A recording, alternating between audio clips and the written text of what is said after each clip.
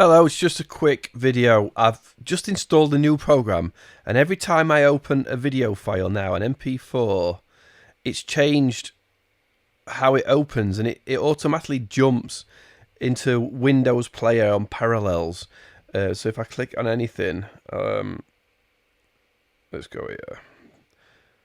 It's opening Windows Player. So the question is, how do you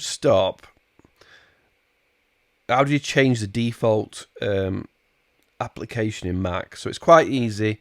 Just go here. So right click. Oh my God. I don't know if you can hear me there, but it's just coming from ears. So right click or control click, right? So if on your mouse pad, double click to get the right click options up, or if you've got a mouse, right click, or if you've got to press control and just click, and you'll get info here, right?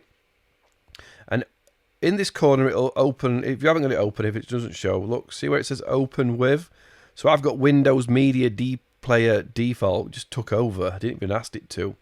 So now I'm going to change it to QuickTime Player, right? And then I'm going to click change all. So I want every single video that I click on to open in QuickTime.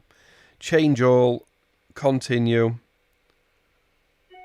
That will set that as a default. Now the next time I go here, it's it's going to remember that one. Let's just go again, and it opens in QuickTime, right? So any of my other ones, it's going to open in QuickTime.